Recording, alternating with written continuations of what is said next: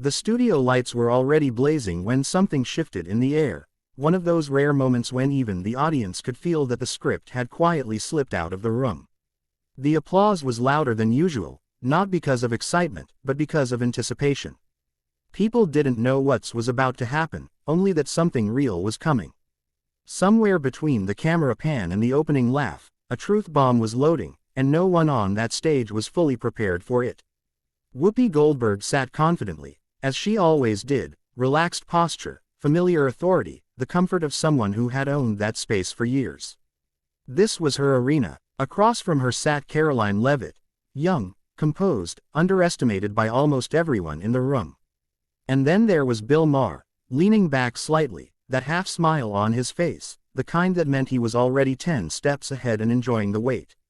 What started as a routine panel discussion slowly turned into a live television moment no producer could cut, no commercial break could save, and no PR team could fully clean up afterward. The topic began predictably: politics, culture, the usual back and forth. Whoopi spoke first, her words sharp, confident, wrapped in applause cues she had mastered over decades. She framed the argument like a closing statement, not an invitation to debate. For a moment, it seemed like Karoline would simply nod and absorb it, the way guests often did. But then she leaned forward, not aggressively, not defensively, just enough to signal she was about to speak from conviction, not permission. Her voice was calm, almost disarmingly so. She didn't interrupt, she didn't raise her tone.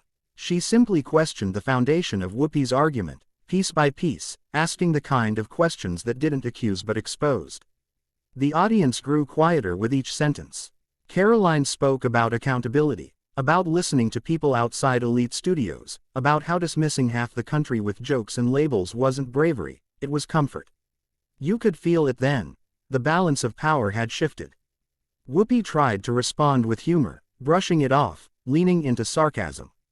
It usually worked, but this time, before the moment could reset, Bill Maher jumped in, not to rescue, but to amplify. He didn't side blindly with Karoline, nor did he attack Whoopi directly. Instead, he did what he does best: he held up a mirror. With a few well-timed jokes and a brutally honest observation, he pointed out how outrage had become a performance, how talking at people had replaced talking to them. Laughter erupted. Not mocking laughter, but the kind that comes when a truth lands clean. Whoopi's expression changed. Not anger, something more human.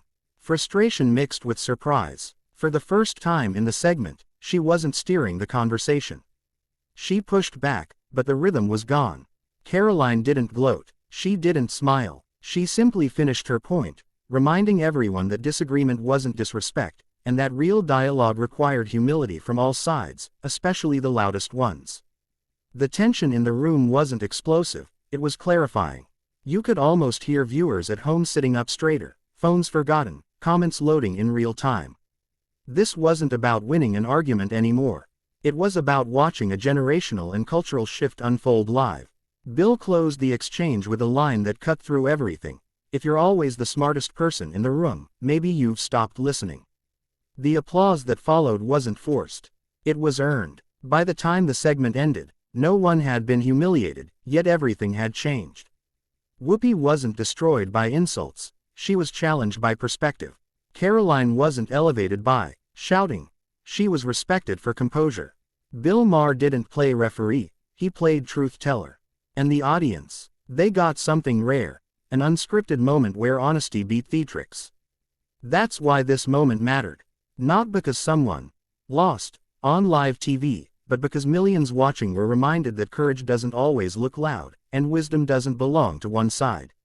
Sometimes, the most powerful thing you can do is stay calm, speak clearly, and refuse to play the game everyone expects.